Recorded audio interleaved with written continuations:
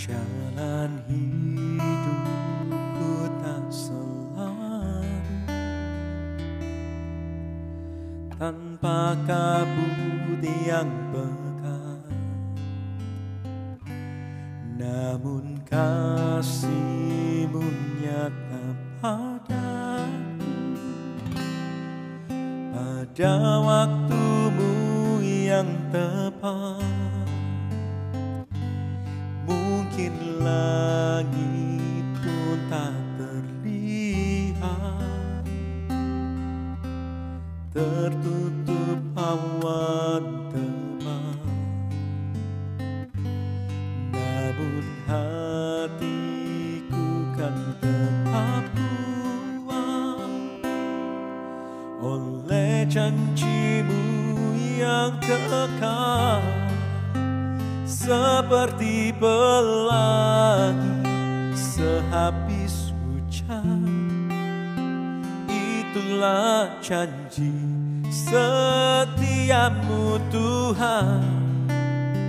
Di balik dukaku telah menanti harta yang tak ternilai dan abadi.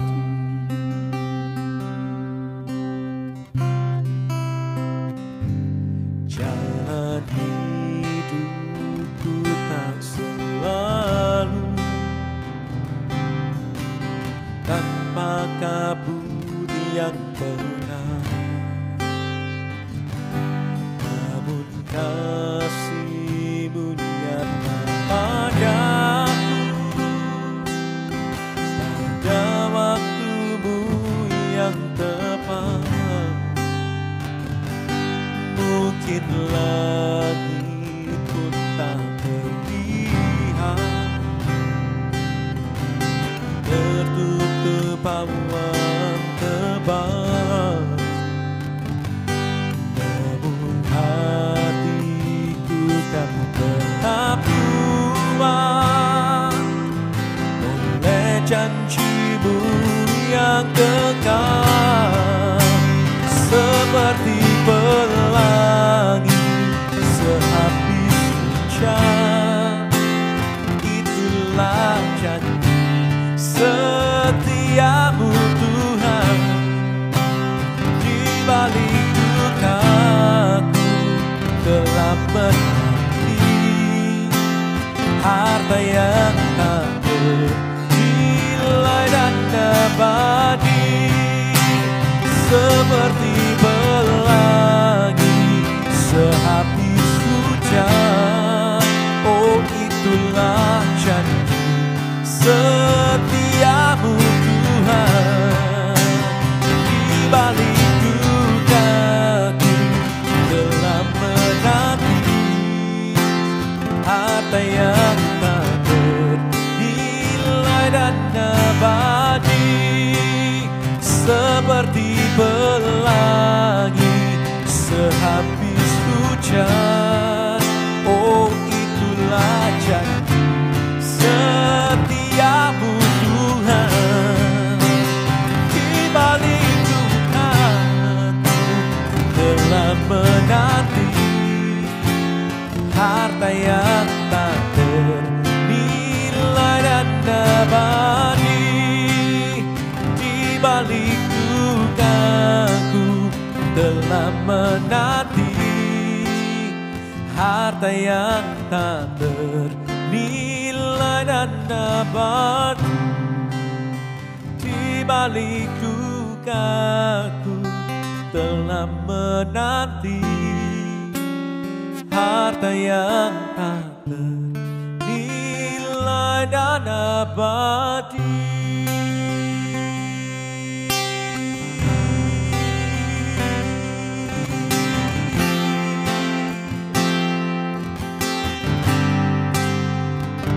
Apapun yang sedang kita hadapi, kuatkan, teguhkanlah hatimu, sebab Yesus bersama dengan kita. Percayalah hari-hari ini Tuhan tetap bersama dengan kita semua, Bapak Ibu Saudaraku. Kami sembah Kau Tuhan. Oh, kita berbahasa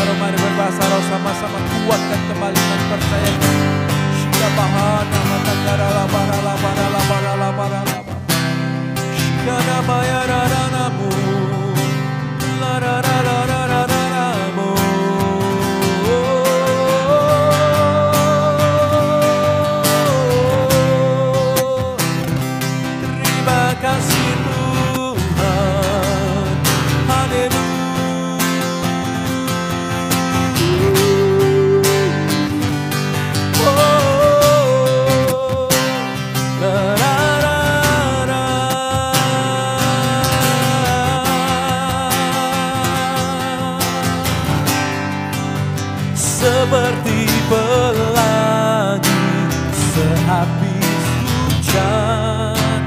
Itulah janji setiamu Tuhan. Di balik dukaku telah menanti harta yang tak bernilai dan abadi.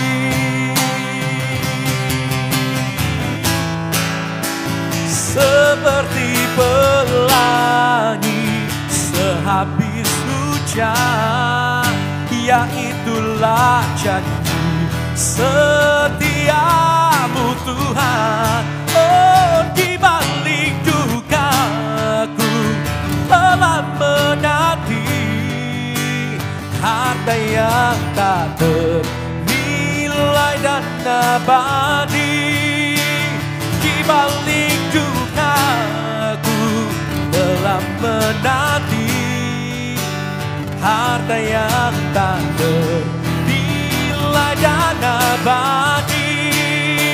Di balik dukaku telah menanti harta yang tak ternilai dan abadi.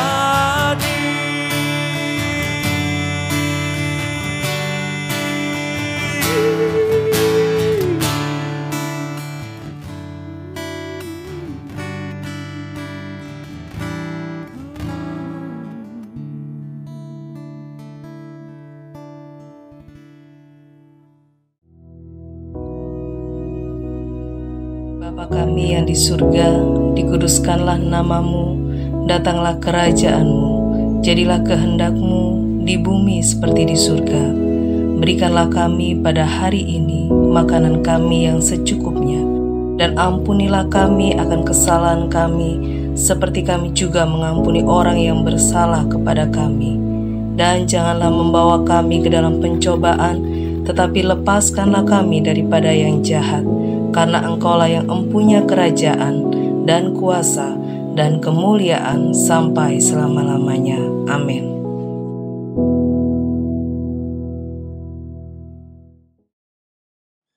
Shalom, selamat pagi. Selamat berjumpa kembali di Early Morning Devotion.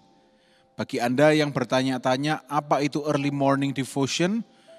Dari bahasa Inggris, early morning itu adalah pagi-pagi benar. Devotion itu adalah kita devote our life, mendedikasikan hidup kita, mengarahkan hidup kita kepada Tuhan sebelum kita beraktivitas di pagi hari ini. Kita berdoa, kita meminta pada Tuhan Roh Kudus untuk memimpin kehidupan kita supaya apa yang kita lakukan adalah benar-benar di dalam tuntunan ilahi. Puji nama Tuhan, pagi hari ini saya ingin kita belajar bersama-sama dari Perjanjian Baru. Kita akan lihat di dalam Lukas pasal yang ke-7. Mungkin agak panjang yang akan kita baca, tapi saya akan pilah-pilah, saya akan lompat-lompat. Lukas pasal 7 kita lihat dari ayat yang kedua. Lukas 7 ayat yang kedua. Dikatakan di situ ada seorang perwira yang mempunyai seorang hamba yang sangat dihargainya. Hamba itu sedang sakit keras dan hampir mati. Ketika perwira itu mendengar tentang Yesus, ia menyuruh beberapa orang tua-tua Yahudi kepadanya untuk meminta supaya ia datang dan menyembuhkan hambanya. Mereka datang kepada Yesus dan dengan sangat mereka meminta pertolongannya. Katanya, ia layak engkau tolong sebab ia mengasihi bangsa kita dan dialah yang menanggung pembangunan rumah ibadat kami. Lalu Yesus pergi bersama-sama dengan mereka. Ketika ia tidak jauh lagi dari rumah perwira itu menyuruh sahabat-sahabatnya untuk mengatakan kepadanya, Tuan, janganlah bersusah-susah, sebab aku tidak layak menerima Tuan di dalam rumahku. Sebab itu aku juga menganggap diriku tidak layak untuk datang kepadamu. Tetapi katakanlah saja sepatah kata, maka hambaku itu akan sembuh. Sebab aku sendiri seorang bawahan, dan di bawahku ada pula prajurit. Jika aku berkata kepada salah seorang prajurit itu pergi, maka ia pergi. Dan kepada seorang lagi datang, maka ia datang. ataupun kepada hambaku, kerjakanlah ini, maka ia mengerjakannya. Setelah Yesus mendengar perkataan itu, ia heran akan dia, dan sambil berpaling kepada orang banyak yang mengikut dia, ia berkata, aku berkata kepadamu, iman sebesar ini tidak pernah aku jumpai sekalipun di antara orang Israel. Dan setelah orang-orang yang disuruh kembali ke rumah, didapatinya lah hamba itu telah sehat kembali. Sampai di sini pembacaan kita. Pada pagi hari ini kita akan merenungkan sesuatu yang saya beri tema perwira yang rendah hati. Apa maksudnya? Kita semua tahu istilah perwira itu berarti seseorang pemangku jabatan, pemangku sebuah jabatan begitu ya. Yang memang belum yang tertinggi, tetapi juga bukan rendahan. Seperti dia katakan di ayat 8, aku sendiri seorang bawahan, di bawahku ada pula prajurit. Artinya dia sudah memangku sebuah jabatan. Kalau di dalam bahasa Inggris atau istilah kerajaan Romawi, dia adalah centurion. Ya. Dia membawai at least 100 orang. Ya. Dia membawai ada bawahan, paling tidak ada bawahan yang dipimpinnya. Tetapi di sini kita lihat kalau kita baca dari ayat pertama dikisahkan ternyata dia ini orang yang punya jabatan, punya wewenang, tetapi dia orang yang rendah hati. A humble servant, hamba yang rendah hati. Dia suka membantu. Biasanya kan kalau rendah hati itu diasosiasikan dengan orang yang memang tidak punya jabatan apa-apa, rendah hati. Tetapi ini lain. Ini berbeda. Dia perwira tetapi dia rendah hati. Nah rupanya kisah ini dituliskan untuk menceritakan kepada kita bahwa orang yang punya jabatan apapun, orang yang punya kekayaan, kekuasaan apapun, ketika dia merendahkan hati, maka kerendahan hatinya itu akan berjalan bersama-sama dengan apapun yang diimaninya. Orang yang hidupnya benar, saya percaya mungkin sebagai orang Romawi pada saat itu perwira ini mungkin tidak bisa terekspos begitu banyak kepada Yesus. Karena dia terikat kepada kerajaannya. Tetapi perwira ini ketika mendengar tentang Yesus, di ayat 3 dituliskan, mendengar tentang Yesus, bukan dia yang datang pada Yesus. Mungkin dia juga harus menjaga jarak karena banyak yang menyaksikan. Tetapi dia menyuruh orang tua-tua Yahudi untuk meminta supaya menyembuhkan hambanya. Dan ternyata orang-orang tua Yahudi ini bersaksi tentang apa yang perwira ini pernah lakukan. Membantu pembangunan rumah peribadatan dan juga baik tingkah lakunya. Rupanya ini membekas. Rupanya yang perwira ini lakukan meskipun dia belum benar-benar menjadi pengikut Yesus karena dia Romawi.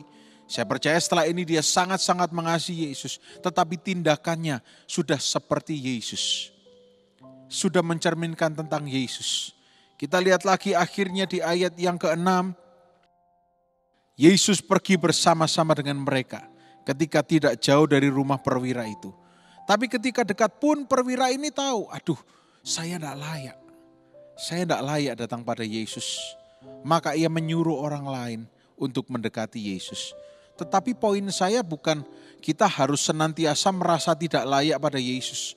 Memang kita tidak layak, tapi kita harus garis bawahi, kita sudah dilayakkan untuk masuk ke hadiratnya, untuk mendekat kepada Dia. Jadi mari sekarang jangan lagi letakkan di hati kita, saya tidak layak, Tuhan tidak mungkin tolong saya. Tuhan selalu menolong kita, Tuhan setia menolong kita. Dia ada untuk justru orang-orang yang tidak layak, dilayakkan supaya mendapat pertolongan janji-janji Tuhan. Yesus datang ke dunia untuk orang yang tidak layak. Nah tapi kembali lagi, poin yang ingin saya sampaikan pagi hari ini adalah bagaimana kita harus merendahkan hati di hadapan Tuhan. Sehingga kerendahan hati kita itu akan berjalan bersama dengan iman kita. Sehingga apapun yang kita imani, yang kita percayai, Tuhan akan mengabulkannya. Tuhan akan memberikan tepat pada waktunya.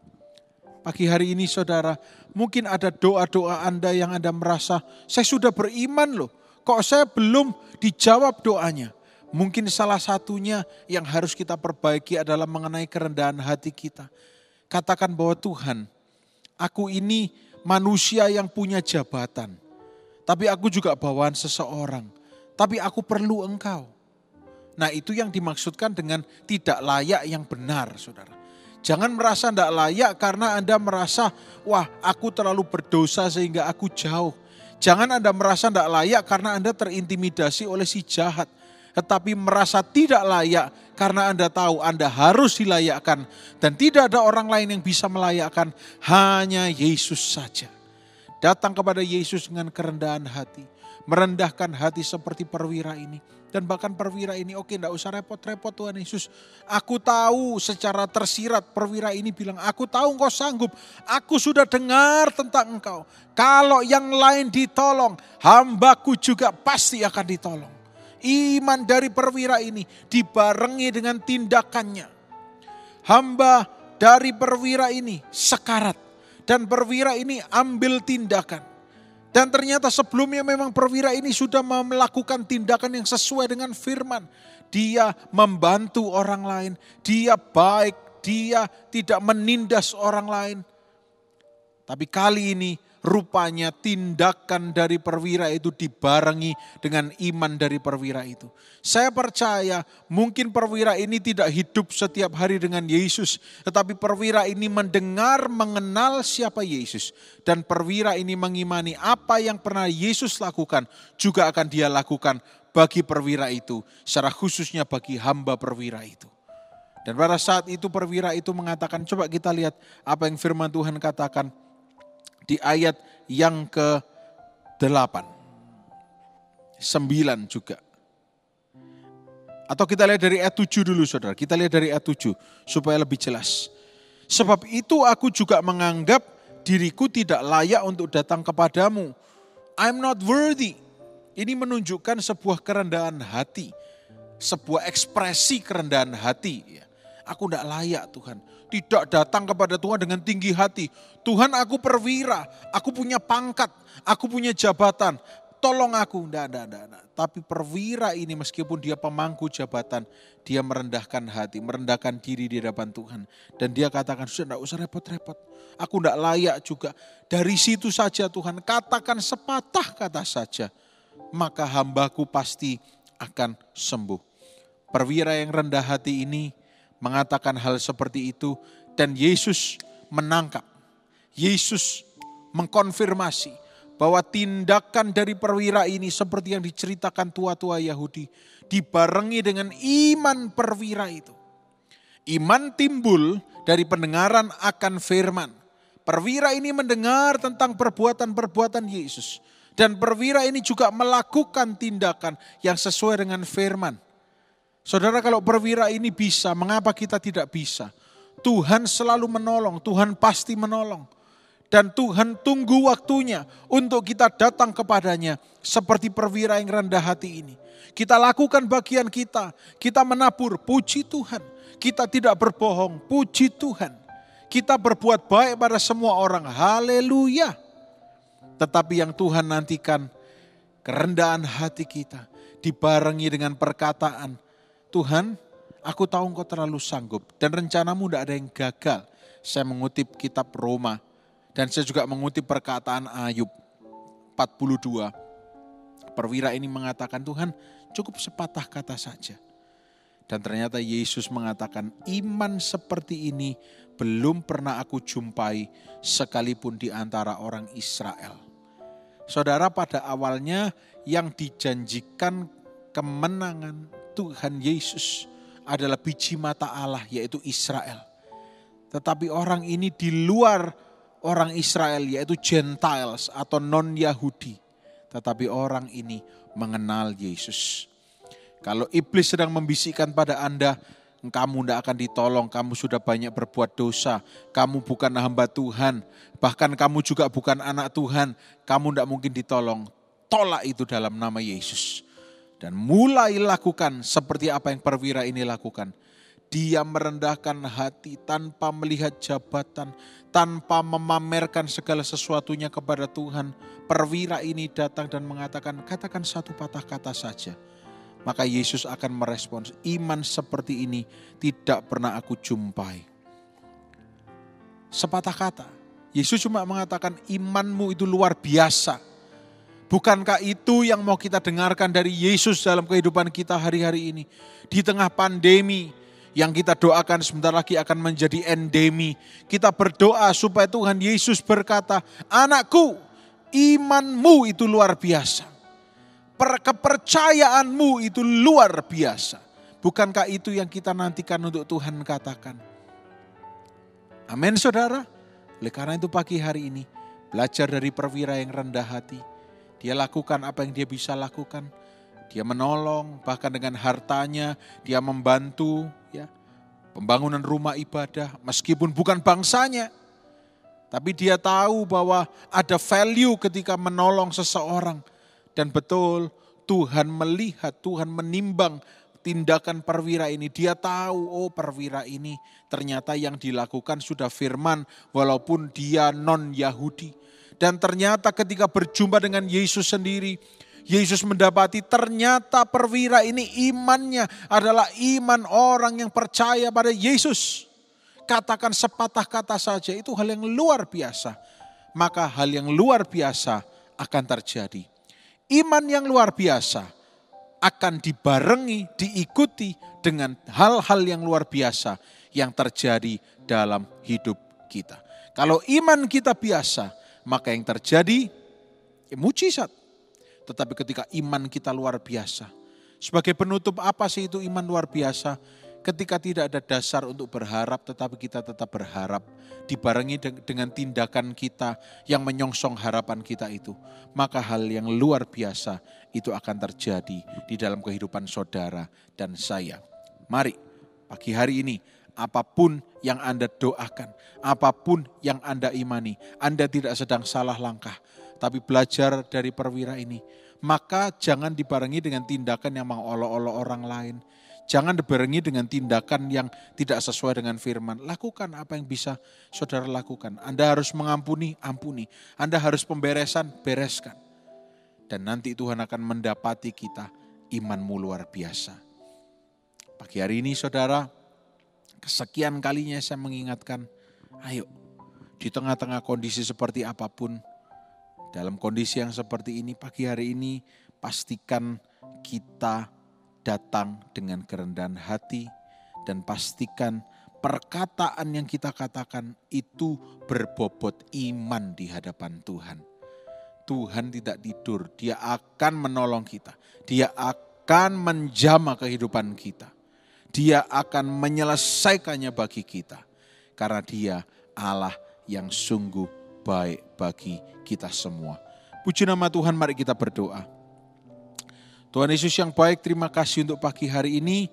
Dan pagi hari ini kami belajar sesuatu dari sebuah kisah yang mungkin kami kenal, tetapi kami melihat dari sudut pandang yang lain. Berkat-Mu, rahmat-Mu, damai sejahtera-Mu atas kami semuanya. Sepanjang hari ini kami semua sehat, diberkati dan dibungkus dengan darah Yesus. Dalam nama Tuhan Yesus Kristus, kami berdoa dan mengucap syukur. Haleluya. Amin. Selamat pagi. Tuhan Yesus memberkati.